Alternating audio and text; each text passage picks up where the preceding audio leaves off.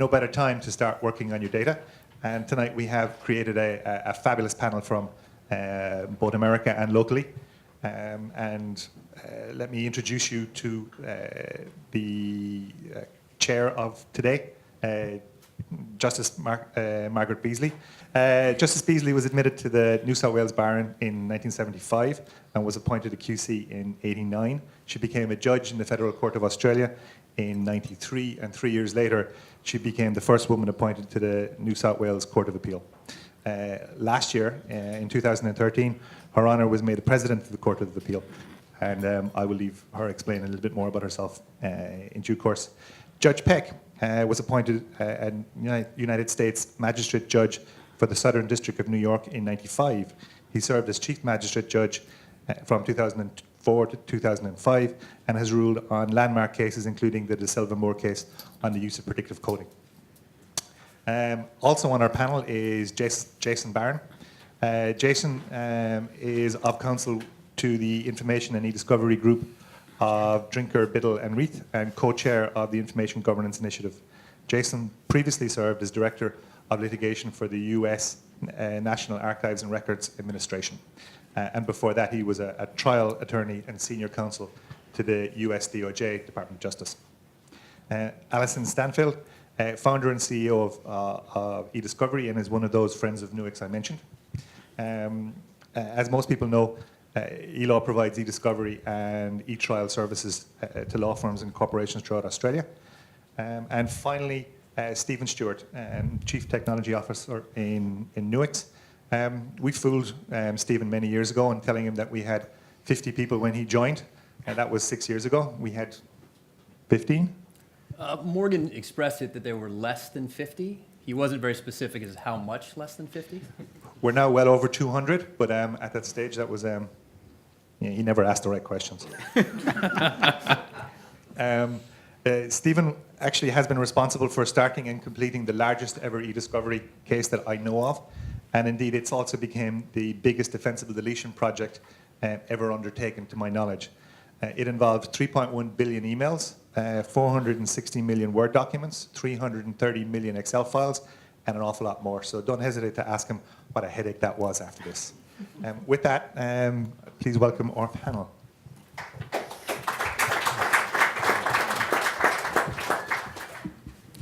I think only an Irishman could call a rectangle a round table, but there we go. A bit early to start that one. Thank you, Eddie, and welcome to Australia. That's what it's like down here. As Eddie indicated, I'm the President of the New South Wales Court of Appeal. Recently, the judges of the court were issued with iPads. So we're right up there with everything to do with technology. My tip staff put a whole lot of things on it, which all have little icons, and somewhere along the line I will use them. It's actually not quite that bad, but let me tell you something else about the New South Wales Supreme Court. We have a rule. Every time I give a lecture, I refer to this rule. It's section 56. I'm sure you all, as you are all competent lawyers, you know what it says, but just in case you don't, it says that the whole purpose of the Civil Procedure Act is to facilitate the just, quick and cheap resolution of proceedings. Just, quick and cheap sounds a little alien to the types of things that we hear about in e.Discovery. Interestingly, just to jump in, Rule 1 of the Federal Rule of Civil Procedures says that the rules are to be used and interpreted for the just, speedy, and inexpensive resolution. So we have that common thread here. That's right. Many of you would be familiar in Australia with the C7 litigation, which caused Justice Sackville's wife to keep everybody in order by cooking brownies. But and giving those out at the beginning of the case at various stages. So that's the way litigation seems to be conducted in Australia. But in that case, Justice Sackville did have cause to mention that he thought it scandalous, I think was the word he used, that a case the value of which was the damages which were being claimed were $200 million, cost $200 million. And a great portion of that, of course, had to do with discovery. This is a very innovative night, and the whole idea is really to provide a session, I think, for brainstorming issues that arise with the organisation of information in the modern age and the impact of that with eDiscovery.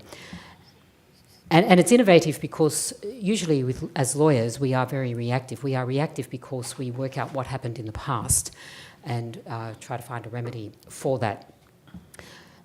Whereas smart business and indeed smart lawyering ought to involve looking forward, looking prospectively as to how information ought to be organised. And the way that we'll do tonight's session is I will ask a number of significantly predetermined questions, which seem by the organisers to really sort of hit the kernel of what they're trying to do. I'll ask our panel members to comment upon that. And we will take questions. Now, we can do this in both of two ways. We will certainly have a question session at the end. But if there's something, a really burning issue that you wish to raise, that is a piercing question and not a 10-minute commentary, please put your hand up, and because that will be the time in which to do it. But really, it is a time to have a piercing question rather than to stand up, express your own personal views on something. Except there will be one question where we will throw it open to the audience, I think. So I'm going to start, and so you'll forgive us if it sounds just slightly stilted in the first instance, but I'm sure that it's all going to become very vibrant as we go along. So I'm going to ask this question of Judge Peck. We've been hearing about big data. So how big is the big data problem? And when we ask that question, where does that come in and impacting on companies when it comes to litigation, which, as I said, is really a retrospective look at things that have occurred? Big can be very, very big. As Eddie said, talking about the litigation Stephen was involved in, I mean, that's bigger than anything I've heard of. But it is not uncommon in litigation in the United States, particularly corporate litigation, for the parties to have to review in one form or another 1 million, 2 million, 3 million emails and supporting Word or other documents, Excel spreadsheets, and the like. And part of the problem is because in the good old days when everything was on paper, people tended to have nice, neat files. Not always, but if there was the XYZ contract, there would be a central file about the XYZ contract. Then there might be some other information in finance or accounting. Now there is some of that, but as information has gone electronic, people seem to think, well, when we need it, we'll find it, somehow through the digital stream. And so things, particularly unstructured data like email, tend to just proliferate. And with people using email, what used to be a phone conversation or a water cooler conversation or walking down the hall now involves an email, a response to the email, respond all, proliferation, et cetera, et cetera. So corporate data and even individuals' data when they're involved in litigation seems to be growing exponentially. And if companies don't get a handle on their data, then they are hit with staggering costs when it comes time to go through eDiscovery, at least in the United States. I mean, that's my perspective. I know somewhat about the British system. I know a little less about the Australian system. Certainly on the continent, they don't have discovery, but in those areas where there is discovery, it's involving bigger and bigger amounts of data for the same size lawsuit. And 5 years from now, if people don't get their digital data in order, it's going to be impossible. That probably leads very easily to the next question I'd like to ask Stephen to start with, and Jason, you may wish to come in on this one. I talked about the courts and the litigation system essentially being looking at things retrospectively, but are companies likewise reactive or proactive in your experience when it comes to managing information? That's the first question. And then with what eye do companies run their businesses with looking at the possibility of litigation? Oh, well, thank you. I guess, in large part, that case that Eddie referenced, organizations are paying for the sins of the past. As disk volumes grow, as organizations evolve, keeping track of things becomes complicated. Users are it's convenient to retain everything. And so organizations have just defaulted to that. So when I was working with email archives, this was years ago, the toughest decision any organization had to make was how long to retain it. So many of them defaulted to just keep everything. And so this has now got them in this condition where they've got 330 terabytes or 3.1 billion emails that are all discoverable, and they've got to comb through it. And so the reference that Eddie made again was on the transition, basically started out as an e.Discovery exercise across all of that. But they're also then trying to migrate it, and that's what led to an information governance exercise, where they were able to go through that and deduplicate that, date filter it, and try to cull out some of that information. So what we're seeing is that the notion of e.Discovery is by its very nature reactive. Something's coming in, the house is on fire, let's work with it. The idea of information governance is about preparing for that. And you can prepare with policy and you can do those types of things. But if you have, 25 years worth of email, or the worst thing are backup tapes, or all these types of things floating around in your environment, being proactive to remove that risk from your organization is a great way to start, and really sort of the foundation of information governance. We're going to spend a bit of time on information governance in the moment, but it would be useful, I think, to... are there any good examples floating around of where as a consequence of companies being reactive, they've suffered major costs, or it's such an impost that it's had an effect on the business? It'd be interesting to know whether there are both Australian and American examples. Alison, do you have an Australian example? Look, I think certainly a lot of our clients do feel the impact of having to meet the costs of discovery. I would say that if you asked any company who had a discovery order that they had to meet and had to, pay the bill that comes with having to sort out a lot of this unstructured data that hasn't been filtered or culled in the way that Stephen described, I certainly think they would all say, well, yes, it has had it was a detrimental cost to the business. Have any gone under? Look, I don't know. I haven't seen that. I think that the companies we deal with do end up in litigation. They're often very big cases.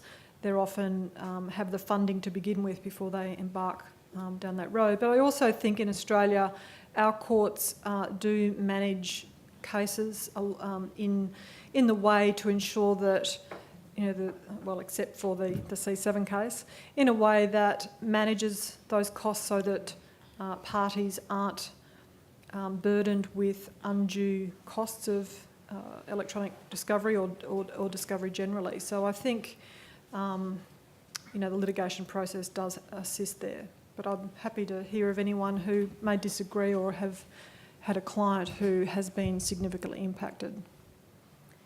Jason, I don't know whether you have any examples of this, but it might also be interesting to look at this question from the perspective of class actions. We have them here in Australia, but I suspect not to the same degree as you do in America.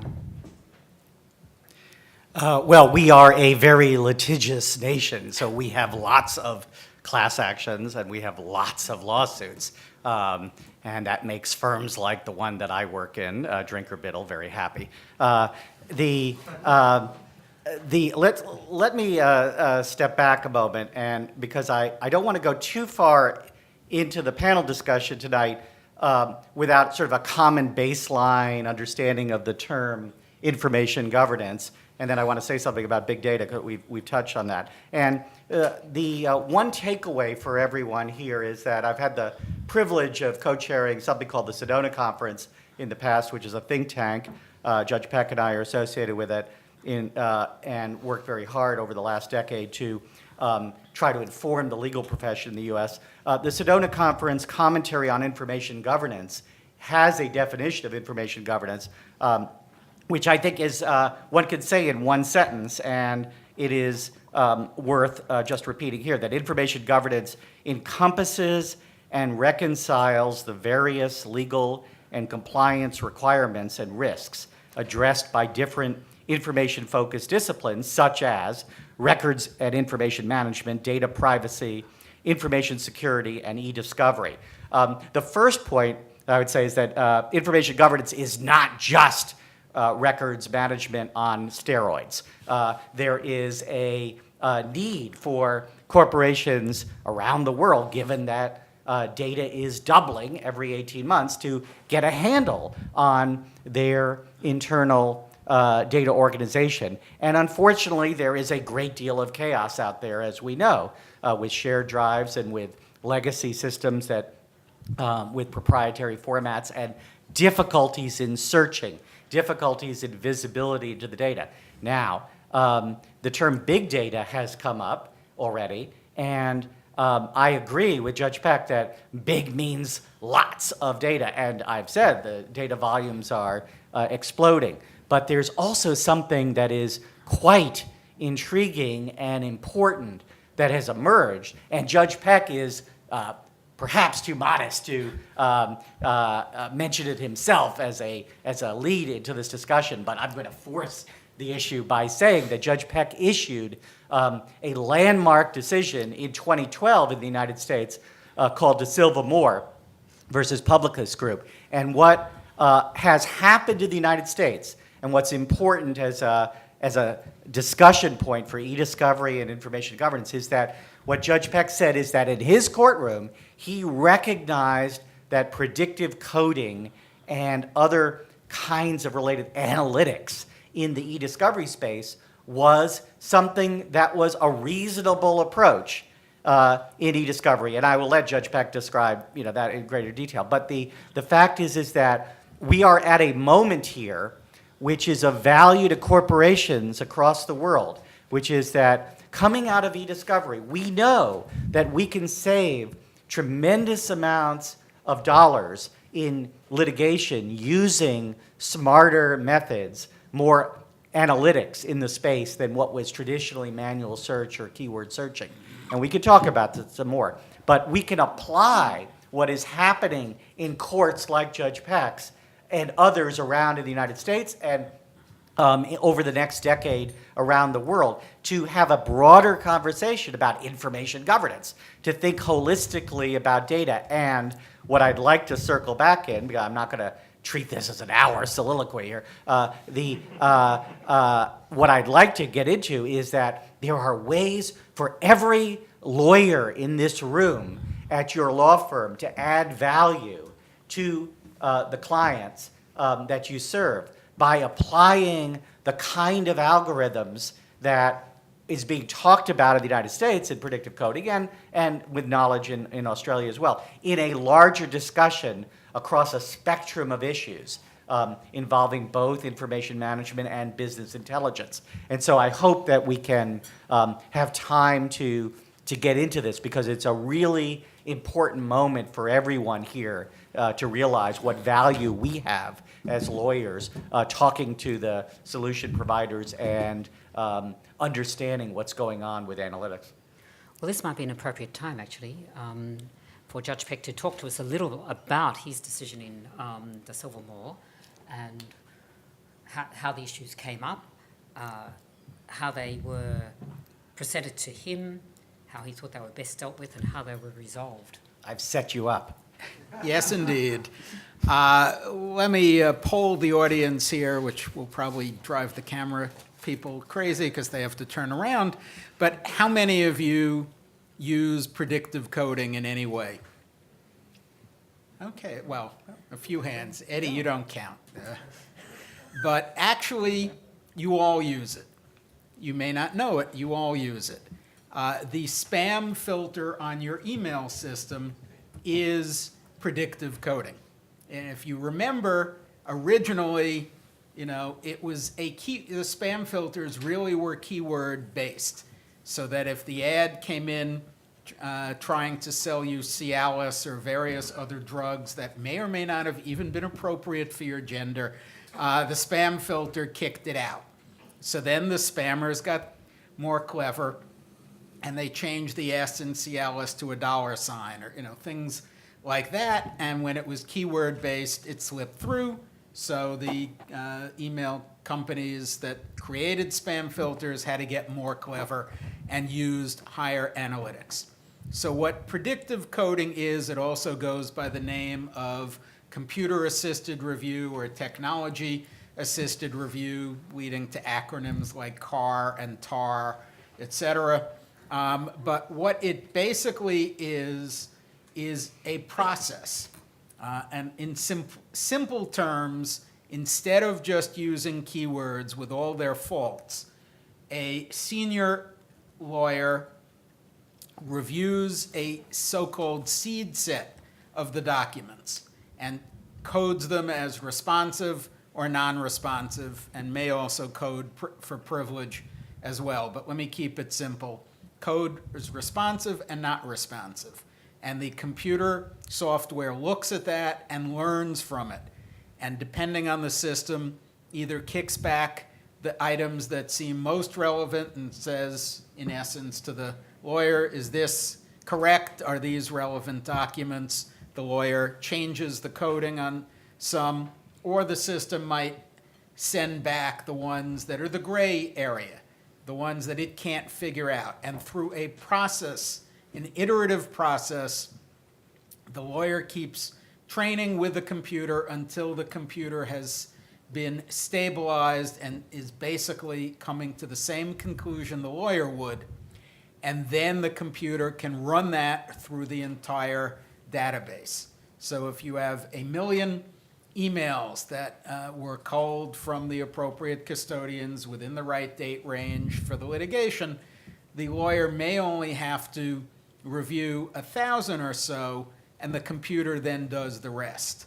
And will then rank the responsiveness of the documents from, say, 100 down to 0, and the lawyer, with some cooperation with the other side, perhaps, will say, we can see that anything that is rated 70 or below is so unlikely to be relevant and not repetitive that it does not pay to spend the money to review down from 70 to 60 or from 60 to 50 or whatever it may be.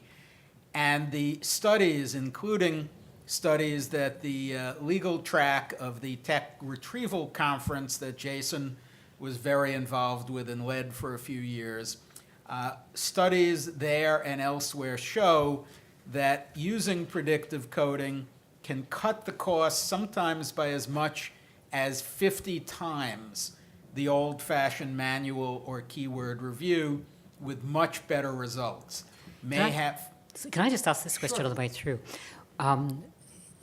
When selecting the seed documents, is that done randomly, or is there how do you make that selection in the first place?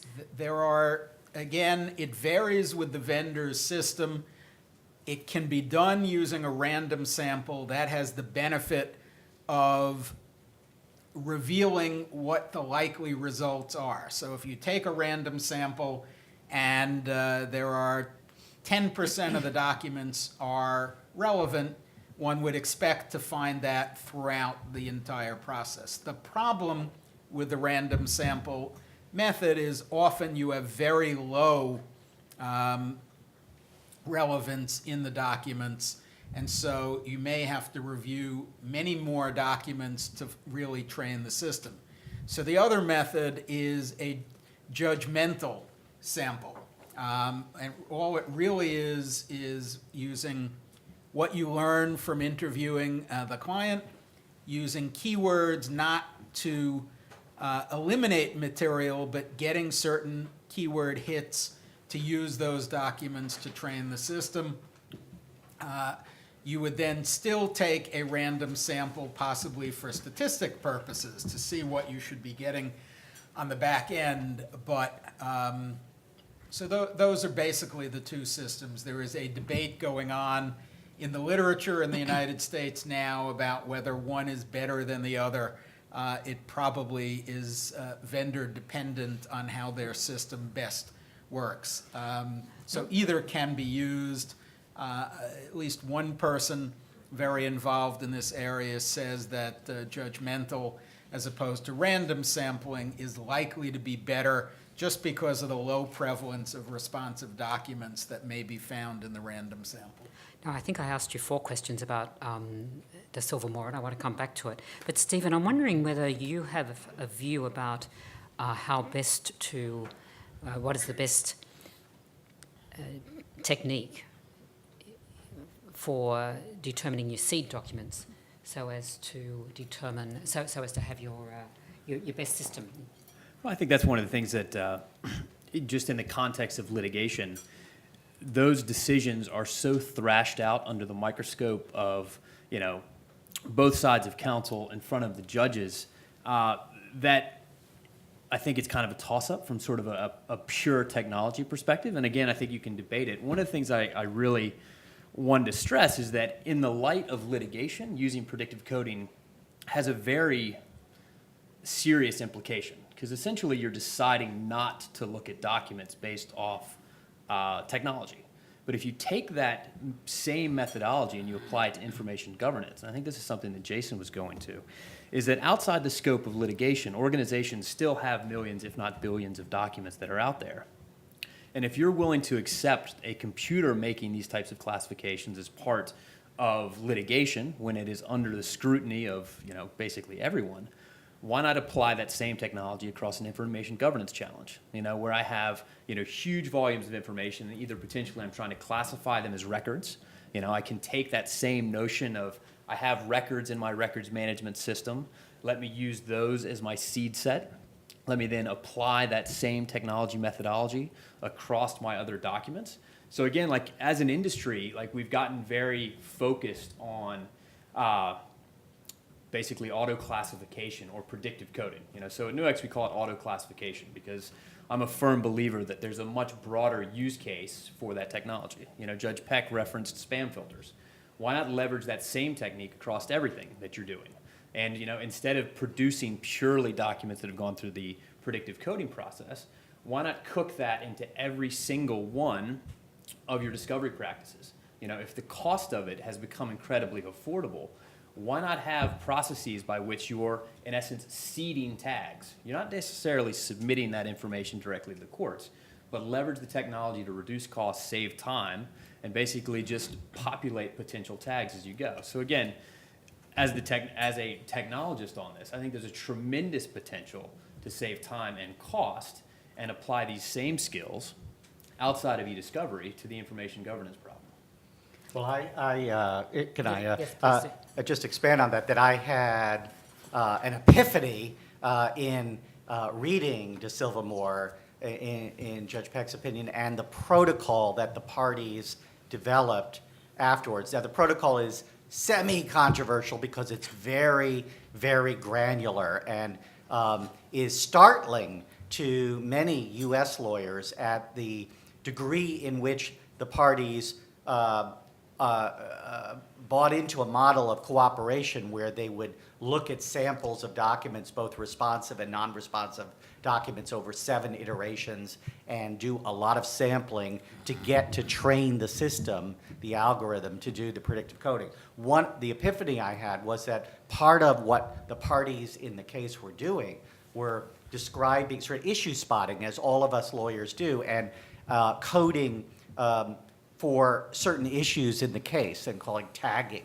And it seemed to me, just as Stephen had said, that there's a great really ability to take that kind of schema and use it for records management purposes and for any number of other ways that one would essentially classify information in whatever way you want, as relevant or not relevant to whatever problem you have.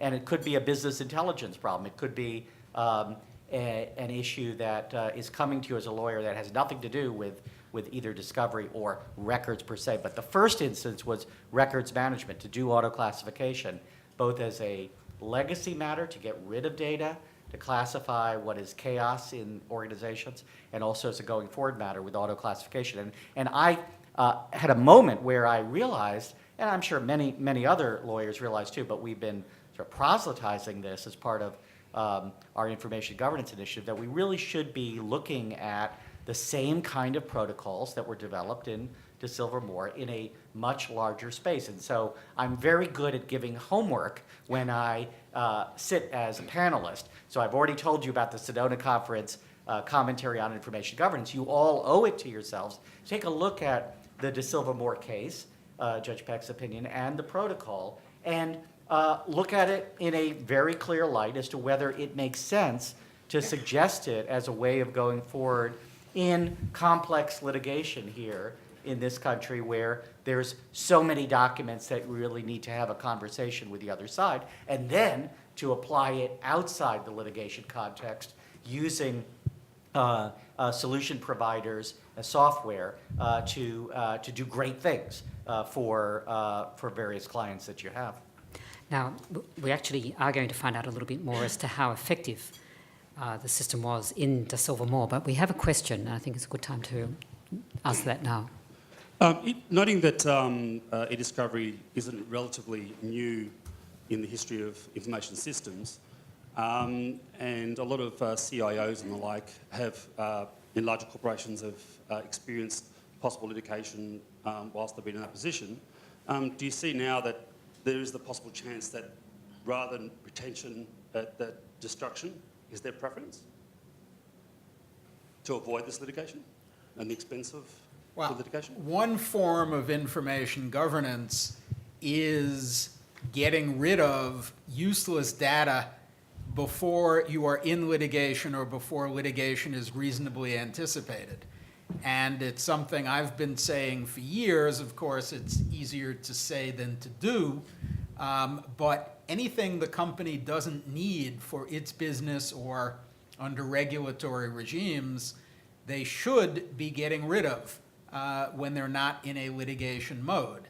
How they do it is where Jason's talk about information governance and possibly using predictive coding-like tools to help do that is one of the answers.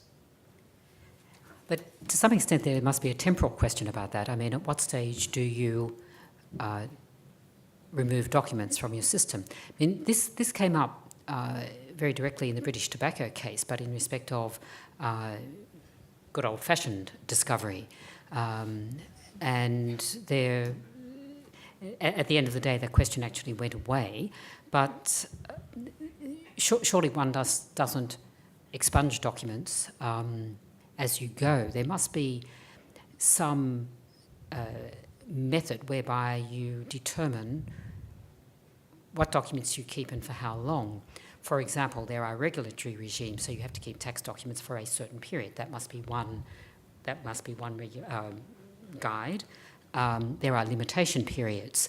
That should that be another guide for the period in which you keep judgments? What do you do about the fact that limitation periods can be extended as a result of certain legislation? So what are these guidelines that one should have to particularly answer the question that's been asked? Well, we have to separate the problem out with if you have a preservation obligation because of litigation that is already ongoing or reasonably foreseeable, at least in the United States, we need to understand that you have to preserve relevant information for that. But the question that is being asked is, what can you do to destroy records and information?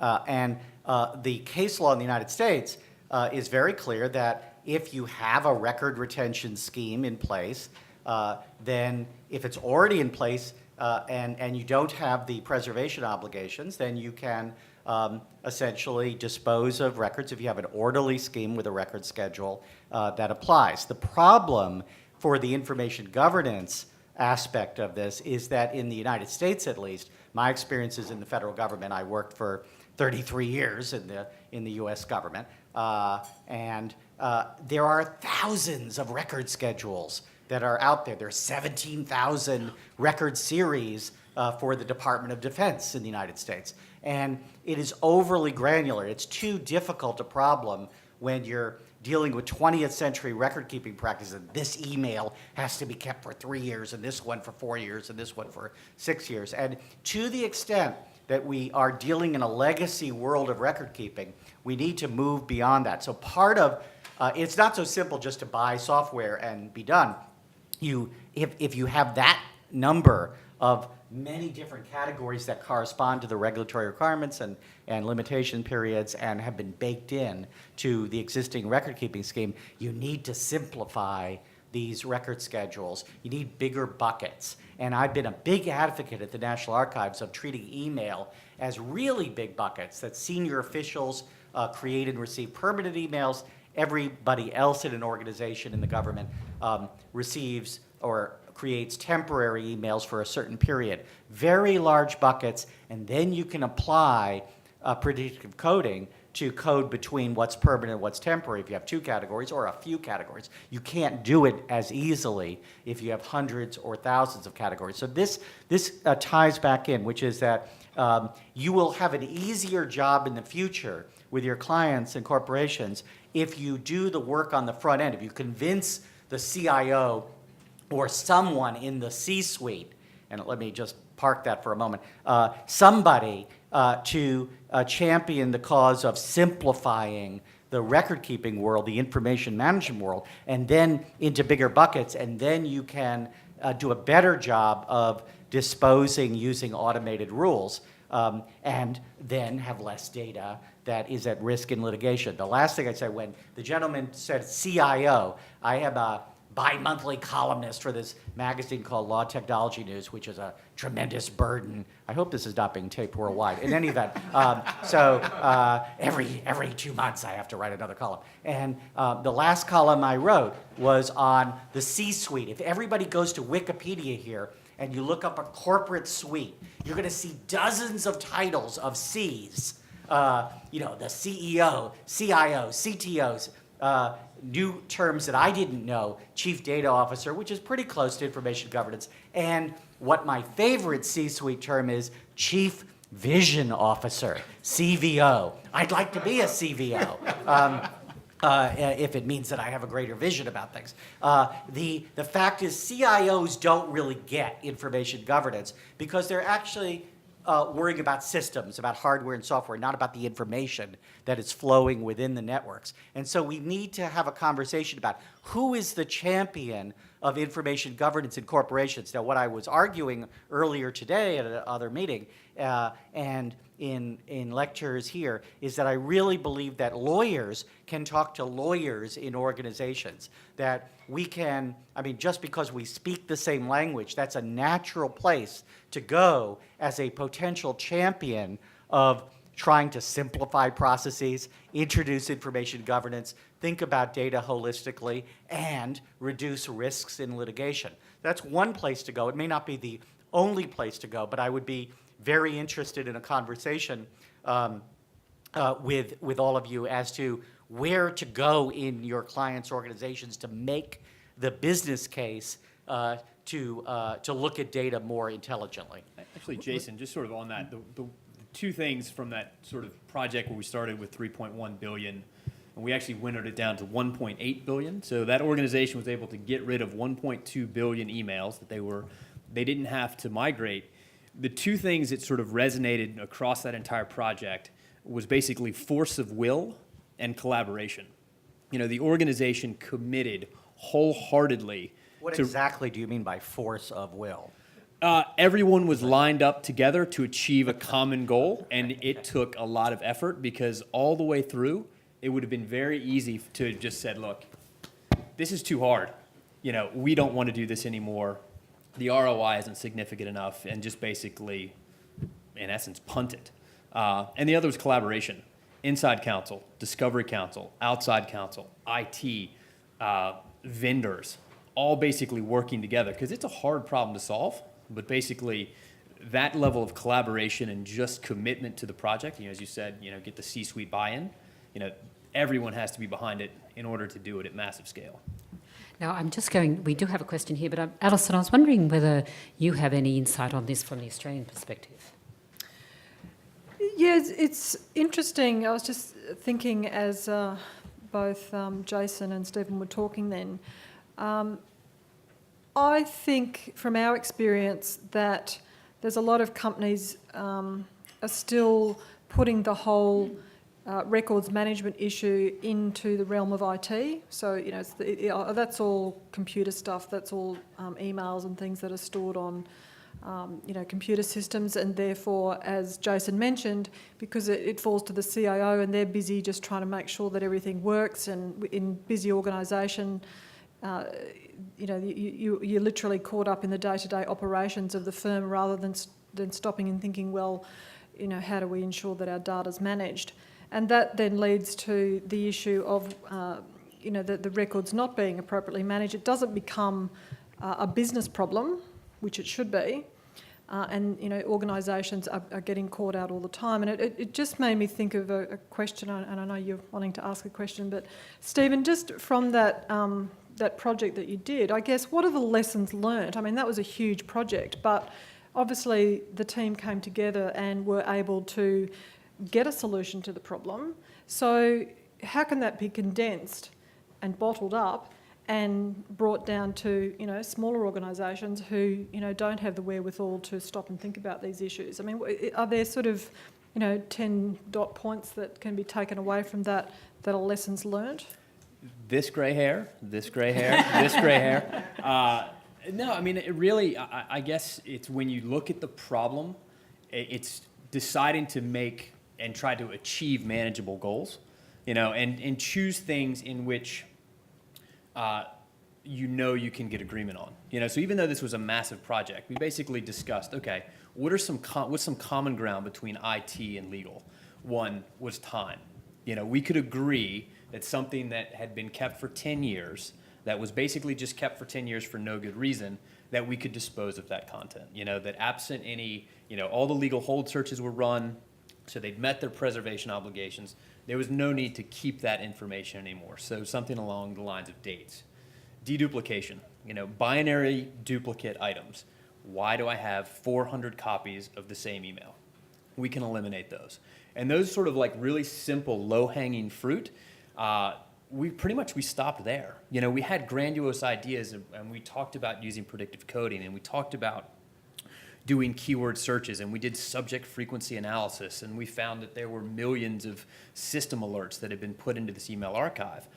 And quite frankly, the line was drawn in the sand that is the moment that you crossed from basic metadata that sort of legal could easily get behind, it started to become subjective, and people started to get squirmy. Yeah, lawyers particularly, yeah. Precisely. So, thinking about it at a smaller scale, I think the biggest recommendation is to target a project in which you can have some success. So pick a file share, pick something that is manageable, and you can show the real return on that. Otherwise, if you pick too big of a project, too many people get involved, too much opinion, and it never happens. And that's how most of these projects basically die on the vine. So that sort of force of will, showing measurable success, even if it's small, whets people's appetite. I think if you can get an attorney, quite frankly, to agree to delete one thing, you can get them to start to delete the next thing. And you basically warm them up to the process. I mean, the analogy that one of the attorneys on the team used was they started out by disposing of hard drives. They said, okay, if this hard drive is broken, like it will not spin up, we will not be able to get data off it, can we get rid of these? And they were like, okay, yes. Okay, well, so the broken ones we can get rid of. And they literally walked them down the process of getting someone comfortable with the idea of disposing of some data, and they basically worked their way through it. So, I mean, it's pretty much achieve a manageable or, choose an achievable goal and then stick to it. Sounds a bit like grooming to me, but anyway. So Please. I guess this Took a while to land that one, didn't it? I guess this question's to Stephen. So every 18 months, the amount of data doubles. So after 6 years, a company will have 16 times as much data. You've just saved the company half of their data. So in 6 years' time, that's 1/32 of their total data volume. So is there really any point? Because the amount you've saved them is extremely small compared to the total amount they'll have in 6 years. But if it's part of that initial process, so basically it took them 10 years to get to that point, so they've been archiving. The decision was to reduce that, and then if they can continue to then put retention policies in place, that will allow them to define a 3-year retention, a 6-year retention. I think they also had a 7-year retention. They were a federal regulated, they had broker-dealers, so 7-3. Even though the data volumes are growing significantly, getting them to start on the path, and in essence, probably the biggest sort of force of will was sort of recovering from the sins of the past, sets them up for better practices going forward. So the data is still going to grow, and it's going to save them some money, but who knows what type of risk they may have eliminated by getting rid of that old information. But I think in the future the technology will be used to help implement those policies. So, in the same way that we use Word for various things now, I think that the technology and email is now part of the course for correspondence. I'm hoping that the technology will also be used to set the guidelines for data retention and destruction, and that will happen as a matter of course, and you'll be able to go to the court and say, well, these are the records from our system. I think that's certainly where the technology's headed. I think the technology probably is almost there to allow that to happen, and you just need those policies and procedures from corporations to then, I guess, make it a reality. And coming from Nuix, we love data doubling. That's music to our ears. The more the merrier for us. But not necessarily for organizations. Eddie's the one laughing loudest out there. We have another question. Hi, this question for Stephen as well. So I've got 2 questions. How will you deal with information capture that are not from the English language? So in the Australian context, there's an increasing cross-border trade with China, and a lot of the contract in China can only be enforced in the court of law in China. They're written in Chinese, not in English. Second question is, how do you deal with information captured in non-electronic format, like such as handwritten notes in the case of Beazley's case? Yeah, so I guess just on question 1, was it basically, how are you managing sort of different languages and sort of doing that across? And then question 2 was the varying formats. Again, obviously I represent Nuix, so I'll sort of give the home team answer. Again, it's actually, being from the States, it's actually a real win that Nuix is an Australian company. So Nuix's first hop outside of Australia was into Southeast Asia. Most of our competitors in the States basically followed Microsoft. And so, our idea, so I came from EMC, and our idea of being basically international was we could support Italian and French. It was awesome. And so most of the products in that space, they moved through the Latin languages. And for them to retrofit themselves for double byte Unicode compliance is a nightmare. Nuix, having come out of the Australian market and moving directly into that, has that covered. So from a search perspective, it requires the searchers to basically be more versed. I can tell you that I personally, as part of I think it occurred in probably 23 different countries. It was a Foreign Corrupt Practices Act investigation dealing with Lotus Notes data. I helped basically format, I think it was like 500 Chinese search strings. They basically presented the English search strings. They then gave them their translator, and I helped convert that into the Nuix search syntax. There was a lot of commas and hurt my eyes for a while. But basically, it can be done. And then so far as the formats, again, just the world moves pretty quickly, and so it's a matter of keeping pace. I mean, one of the things that we do find is that most of these legacy systems are just that, they're legacy. So there's sort of the bleeding edge of net new file types, and obviously, the industry, and Nuix being part of it, tries to keep pace as best we can. But also where you're finding the huge volumes of information are in these old archives. I mean, organizations, while I was DMC, I came down to Australia, and we were selling email extender.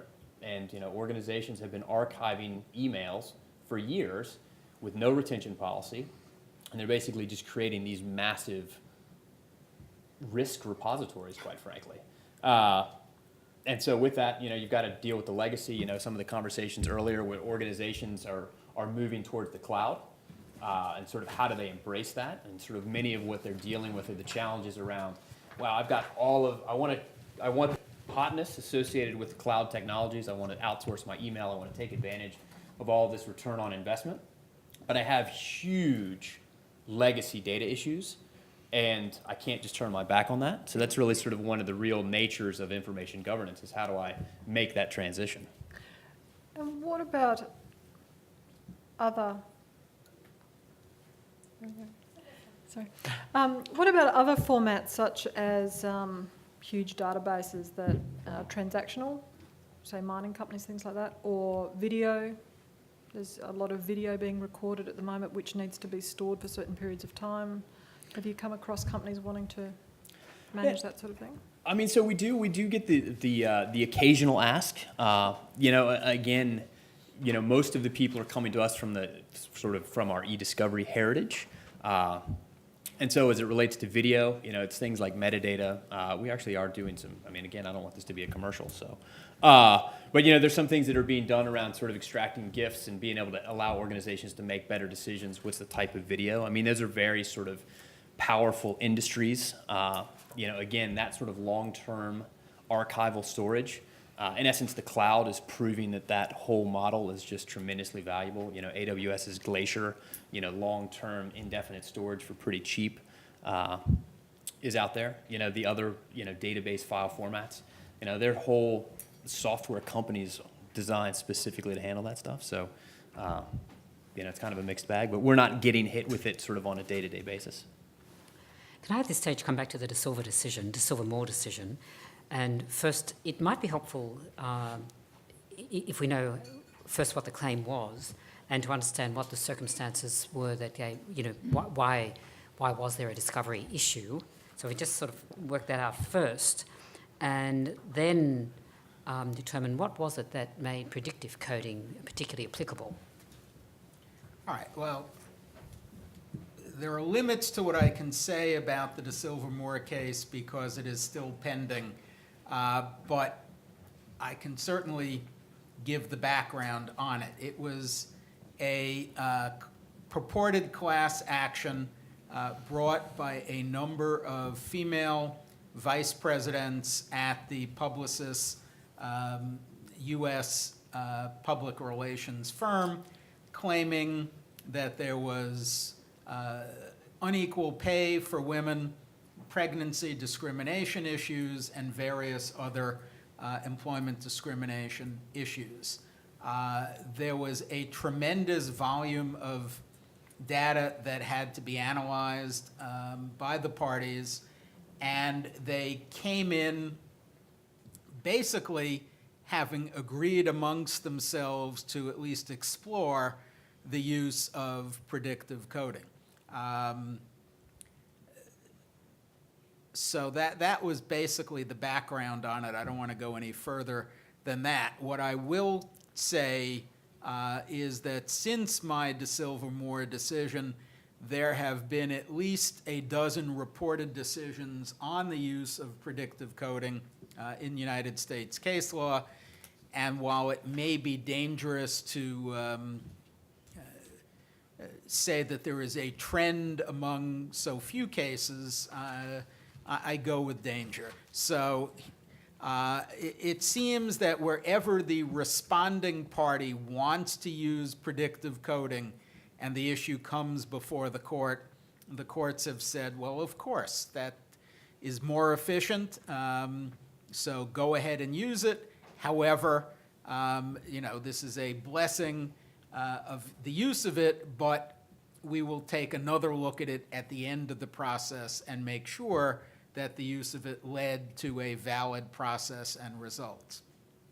In cases where the requesting party tries to force the responding party to use predictive coding, the courts have said, not so fast. The question is not perfection, not what is the best process, but what is a reasonable process. And if the responding party is more comfortable using keywords, that'll be okay. Footnote or asterisk on this. In all of that group of cases, the requesting party did not come before the court until after the producing party had already spent over $1 million in utilizing a keyword or keyword plus predictive coding system, and they were essentially asking the court to make the responding party throw out that $1 million. So they didn't get a very good reception from that, logically. There are cases where courts have suggested to the parties that they use predictive coding, so the courts are educating. And there was one case, the EOR-HB case, also affectionately known as the Hooters case, because it was a lawsuit having to do with the sale of the Hooters chain. And the vice chancellor in Delaware, it's a great transcript to read, 65 pages of transcript with the parties arguing a motion to dismiss and the court ruling on it. And then right on page 66, after he rules on it, he said to them, "This seems to me to be a perfect case for the use of predictive coding, and I order you to use predictive coding unless you show cause to me why you shouldn't. And by the way, I think it would be great if you all used a common vendor." Interestingly, the second opinion in that case was the court saying, okay, one party said they were going to use predictive coding. The other party said they didn't think they really had enough data for predictive coding to be enough of a cost saver, and the judge let them all go their separate way on that. But it is clear that the judiciary, at least in the United States, is getting more familiar with the predictive coding process, and that where parties want to use it, they can. And of course, there are many more situations where there is never a judicial opinion on the subject because the parties use it without dispute. Indeed, there was one case where it only came to light publicly that a party had used predictive coding when the judge granted costs with respect to that because they were the prevailing party. And I was indeed doing a panel like this with the magistrate judge who had supervised discovery in that case. And I said, so, give me all the dirt on the use of predictive coding in that case. Were there fights? Did they agree? How cooperative were they? And he said, I didn't know they used it until the district judge awarded costs on it. They never fought about it. They never raised it with the court. They just went and did it because it made sense. Let me go one step further. You're in a danger zone, and I'll go further, which is that I really think we are approaching the day. You mentioned court in Delaware where the sua sponte, the court is suggesting predictive coding, inviting the parties to do it and ordering them. We're approaching the day in large, complex cases where the presumption is, on the part of at least some in the judiciary, that it would be reasonable to do predictive coding and not reasonable for a party to respond to discovery requests without using it. We're not quite there. Parties have the right to decide how they respond to discovery, but in the U.S. However, I can see a day coming close where there's really a question of competence on the part of counsel in a large case, why they aren't using a software to efficiently meet the requirements of what is our Rule 1, and now I understand is a rule embedded within the Australian court system for the just, speedy, and inexpensive or cheap resolution of data. It seems to me, I have been in Australia for a week, and I've learned one fact, which is that it came to me on a trip to the Great Ocean Road on Friday, that my driver told me something, and we were looking at kangaroos on a golf course. And I learned, I hope I'm right about this, that kangaroos do not go backwards. They only hop forward. There is only one path forward for everybody in this room, which is to understand predictive coding, to understand where the law is going, to understand where data is going. And we are, in this bubble here, and we have the ability to really transform our legal practices by understanding a little bit more about what's under the hood. So I challenge everyone to do that and to make yourself subject matter experts in this particular field. There are lots of law reviews and commentaries that are out there, not just in the US. I've noticed them from around the world, and happy to have a conversation with anyone here about how to apply these kind of subjects that we're talking about to a variety of your legal practice. And I think one of the areas where that may come up is where lawyers are very inefficient in their document production. They're not using predictive coding. They're, heaven forbid, having lawyer eyes on every single potential document, et cetera. And then the issue comes up, and perhaps more in the British and I think Australian system, where unlike the American system, it's loser pays, where you then try to put your bill in and say, I had an associate at whatever your billing rates are here, $300 an hour or whatever, review 1 million emails, and I want, my client prevailed, I want cost recovery for all of that. I think the answer will be no. When I give up my day job, I'm going to create a dictionary of acronyms. I'll never be out of a job. They keep changing, so we now have information governance. I notice in your, that's IG, as I understand it. I notice in your decision in Da Silva, you use the acronym GIGO. Do you want to tell us something about that? Garbage in, garbage out. Now, I somehow was mentioning that when I did a panel in England, and there they said it's rubbish in, rubbish out. So it's all in the translation, but I don't know, Ryro just doesn't sound as good as GIGO. Obviously, a concern in predictive coding or any use of technology is that if you train the system poorly, the results obviously won't be there.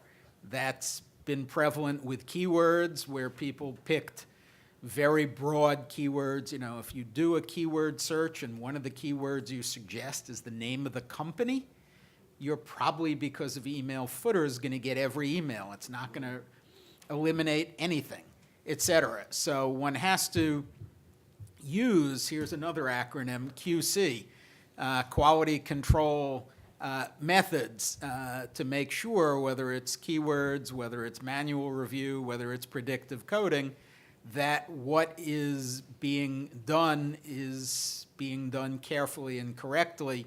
It's why, in general, in eDiscovery, it has to be done in an iterative fashion. You're never going to come up with the right keywords. You're never going to necessarily train the system appropriately without doing iterations, without talking. Let's not forget, as good as technology is, there's still old-fashioned lawyering to be done here. You need to talk to your client and make sure you understand the way they keep their records, the acronyms they may use within the company. The product that you're now looking at that's on the market under a great brand name may have been developed as Project Red or any of that sort of internal coding. You need to know all of that in order to make any eDiscovery system work. At the, it's hardly an elevated status at which I sit, but the sorts of problems we get about discovery is when there has been an accidental revelation of a privileged document to the other side.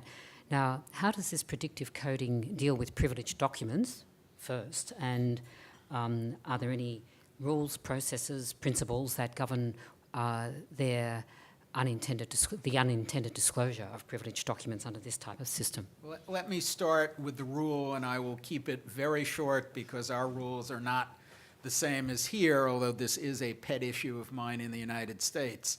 The general rule for waiver of privilege under Federal Rule of Evidence 502, and it was a change from the various rules that different states used, says you look at whether, assuming it was unintentional, obviously if you say, here's this privileged document, folks, because it's going to show we're innocent, there's a waiver.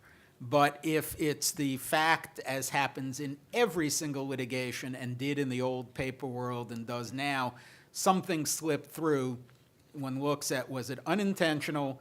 Did the party use reasonable processes to screen for privilege? And once it learned that a privilege document, email, et cetera, had slipped through, did it take prompt remedial steps? The prompt remedial steps, is pretty easy. It doesn't mean you have to keep re-reviewing your production, but it means that if at a deposition or a trial the other side puts this privileged document in front of your witness, you don't just sit there like a potted plant and let the witness testify about it. You get up and jump and say, oops, et cetera, we're clawing this back. That's the general rule. What we enacted was something that gave lawyers a get-out-of-jail-free card, and I would suggest it might be something you consider for rules here, and that is that if the court entered an order in the case saying that the production of a privileged document was not a waiver, then that would be a protection not only in that case, but in any other case with different parties in federal or state court in the United States. That's our rule. The scary thing is when I do conferences like this and ask lawyers, how many of you use that 502D order? About 5% of the hands go up. I don't quite know why. One thought is nobody goes to trial anymore, so nobody reads the rules of evidence. They only read the rules of civil procedure. It may go beyond that. But that's the rule-based approach we have. In terms of technology, predictive coding can help you find certain privileged documents. This may be an area where keywords are still the best way of finding privileged documents. You search for the name of every lawyer you know might have been involved inside or outside the company. You use a keyword search that searches for the email domain of the key outside law firms. Joe Smith at pwrwg.com, Paul Weiss, Rifkin, Wharton, and Garrison, my old firm. You would do things like that. You probably can't use the confidentiality and privileged logo that many lawyers throw on everything they write because it's over-inclusive, and there is probably nothing, keywords, predictive coding, no system yet developed that is going to get you work product material that may not have any lawyer names attached to it, or the thing that usually winds up slipping through is the email from one executive to another that in the course of things says something like, and Jason said we should do information governance, or whatever, and the lawyers doing the review or even the screeners don't connect that the Jason is Jason Barron or whatever would be the appropriate in that context. So predictive coding is in this area not yet fully up to the task, while keywords probably would do it. Actually, Judge Peck, I guess just a way that sort of to add to that, these are all really just tools in the toolbox. keywords, domain search, email address search, auto classification. They're basically just layers of building a pattern. And I think that that's really, almost regardless of what we're talking about when it comes to information, the idea of building that pattern, whether or not we're involved in eDiscovery, you have a serial litigant that is continuously facing the same type of litigation. You're targeting information governance. You're targeting anything along those lines. It's basically about working with your client or working with the corporation to build that pattern and make it reusable. I mean, that's oftentimes one of the challenges to sort of the idea of predictive coding, is that you spend a lot of money for one engagement, and so it's a lot of investment to do your seed set, to come to that agreement, et cetera. But sort of the whole idea of building these patterns, we have customers and organizations that have serial litigants that are their customers, and they have basically taken the path of every time they get a new set of documents, they feed it through the same engine, and basically they're continually evolving their service and basically leveraging these technologies to build patterns that for slip and fall, employee class action, pretty much you name it, they're basically just building a stack of algorithms and queries and things of that nature that they can throw at every case subsequently. What we do, and I should mention in Australia it's the same in terms of waiver, that if it is inadvertent, then it's not deemed to have been, or the privilege is not deemed to have been waived.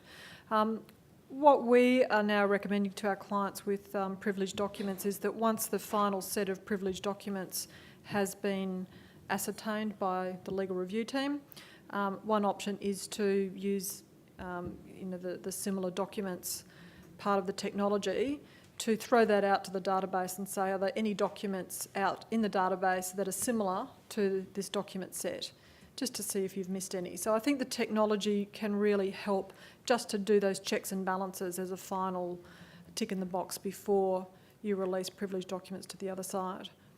Now, Jason, I want to bring you in on a little bit of more Australiana. In Australia, we seed clouds. What I'd like to know is what happens when your seed documents, and we seed clouds to make the cloud rain, okay? That's what we do. So what happens when your seed documents are sitting in a cloud and the cloud rains? I.e., you've lost your confidentiality. Well, there is, that is part of the debate that we were alluding to before as to what level of transparency is necessary to come up with a good workflow process for seed sets in predictive coding. And so it's all part and parcel of that. And some lawyers will be willing to divulge their process and make it more transparent. Some won't, but no one will. We have a situation where in some cases actually experts and not lawyers look at privileged documents to see what are in the seed set about how to do good information governance in the cloud, and that means not doing what we have been doing before, which is to just sort of create lots and lots of different legacy systems that are on the ground in siloed, compartmented places, but so that you don't want to have 10 or 20 or 30 clouds not talking to each other and having a more difficult problem of getting at data, and then with all the attendant problems, whatever the search method that you use. You need to be thinking on the front end about data issues. And we could go on. I'm not sure how much time we have left here. We could go on and talk about all sorts of cloud-specific issues in the conversation that are related to the, add to the problems of eDiscovery and in terms of cross-border data issues. But it is we live in a very complex world. Predictive coding with all of its attendant complexity is going to be rapidly changing over the next couple of years. There'll be other ways of doing predictive coding in eDiscovery. We're going to have to keep up with technology. One of the issues in the US space is what level of competence for lawyers should be expected to keep up with the rapid pace of technology. And the kind of conversation we've been having tonight for the last hour plus is something we could not have had in 2000 or 2005, or really before Judge Peck's decision in 2012, where he validated some of these methods. And so it's a privilege to be here and to be part of the conversation. We should be invited back. I'm rarely invited back anywhere, but because I'm too scary with respect to data going up. But we should come back in 5 years and have a conversation about where we are, both in the US and in other countries, in terms of using these methods. And I think we would see a much different vocabulary in some respects, and we'd also see that the problems are attendant and haven't been completely solved. So I'm hoping that information governance is not like global warming, that there are solutions that we can put into place in the front end, and predictive coding is part of that. Hopefully we've excited some thoughts on the part of everyone here to have a conversation back at your law firm and with others. Predictive coding sounds very PC to me. Or you can just choose to ignore it. No, I just want those acronyms to keep coming. Now, are there any more questions from the audience before we wrap up? Yes. I just wanted to talk about, Justice Beazley, you talked about our Civil Procedure Act and the just, cheap and quick resolution that we prescribe to here. Having been involved in significant litigation in the UK that involves this kind of process, which also involved reviewing documents that were in the US, I found, I suppose, as a lawyer and doing what lawyers do, we were reviewing samples of documents after predictive coding had taken place, and it was sent offshore, like outsourced to another country to be reviewed. Then it would come back and we would review it again. To me, that doesn't necessarily advocate a efficient use of resource and the just, quick and cheap resolution of, the issues and the attendant costs with litigation. And I just wanted to, get your perspective on that. So far as I'm aware, we haven't had a case in the court where there has been a problem with discovery as a result of outsourcing. It always seemed to me that there could be problems. The problems that I foresaw as possibly occurring were, first of all, you've outsourced it, you've lost control. Now, I'm told that some firms dealt with that by having a person on site. So you have your local person, not by which I mean your English or your Australian person, on site in the outsourced country, which I think at that stage was mostly India, from what I could gather. Yeah, and so that's one one problem, one resolution. The other problem of outsourcing that I really saw was how do you get a group of people who are dealing with this in an outsourced area to understand the issue which was involved in the case, and given sort of the rules that surround your discovery requirements. Now, that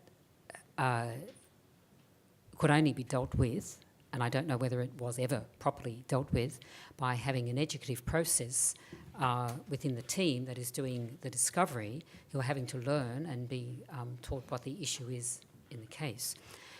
A third problem that I foresaw in this area related to the ethical questions. People's, did they have the same ethical standards? The people who were doing the, and I don't even know whether they were lawyers who were doing it, but let's assume that they were. But in Australia, if you were doing litigation in Australia, you as a lawyer in a case you have an obligation to the court as well as to your client.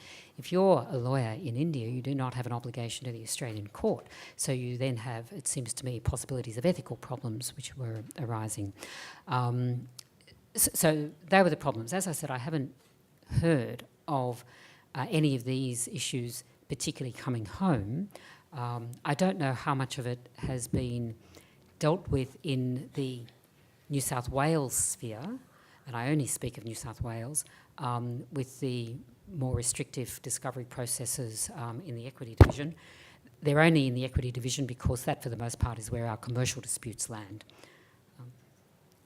One of the benefits of predictive coding is it should eliminate a lot of that repetitive review. Certainly, there is no need to review every one of the documents found by the predictive coding process to be non-responsive. You have to do a certain amount of sampling for QC quality control purposes, but that's it. And often that eliminates 60–70% of the documents. Of the documents that even the predictive coding system finds to be relevant, most lawyers, and I think correctly, are not going to produce a document to the other side without reviewing it. It sounds like, you know, the volume may have been so much there that you had the two-stage review, but if, you know, if you are using the predictive coding system well, it may well eliminate the need for that outsourced lower level of review. In addition, the other advantage, and it's sort of what used to be called ECA, early case assessment, is because the seed set review is being done not by the outsourced lawyer in India or the lowest associate at the firm, but by a more senior person. That person will have a better feel for the case and the documents. You know, is this a case we should settle before we spend a fortune? Is, you know, et cetera, et cetera. So I think there are benefits to using predictive coding well that may eliminate some of the concerns you saw in that case. And just to add to that, if the predictive coding is used in such a way that you're giving, I guess, the outsourced reviewers the documents that are potentially not as relevant. So you still need them to be looked at, but, you know, based on what you've done, you believe that they're not as important or responsive as the ones that you're getting the legal team locally to look at. I must say, I was going to ask Alison, I just don't know how much the outsourcing of the discovery process is actually being done in Australia anymore. Subjective review like that, it's not that common anymore. You know, the technology is used, I think, upfront. I think law firms still do a lot of the subjective review, but it tends to be done in-house. I mean, there's a few larger law firms here, so just nod if you agree with that, or yeah, there's some nodding going around. Certainly compared to even 5 years ago, it's much reduced. But and I think that's simply cost. Cost is driving it. The clients don't have big checkbooks like they did 5 years ago. Well, I think there's hardly a year goes by when a Chief Justice somewhere around Australia doesn't get up and talk about the cost of litigation, and the cost of litigation has to stop. There's most recently been a Productivity Commission report on litigation generally and in relation to costs. I think the view, certainly within the judiciary, that it is ridiculous. As I said, Justice Sackville considered the costs, in that case not only discovery costs, but generally to be scandalous. And I think increasingly that seems to be the view. I think there's no other way to go than with this technology flow. How much that's going to require upskilling of technology skills by lawyers, I don't know. I think the kids these days come through with the basic skills. Seems to me that there are other processes that need to be being pulled together, and that is document management schemes. And so it's not an IT problem, as I think, Stephen, someone said it's very much in the past been looked at as an IT problem. It's actually not an IT problem. It's actually a business management problem. And I think that's very much the theme that's come through all the various comments today from the various views that have been expressed. So I think unless somebody wishes to round off with something, and unless there's that last piece in question that we really need to have, I think on my part I'd like to thank all of our panellists, particularly our guests from overseas, and thank you.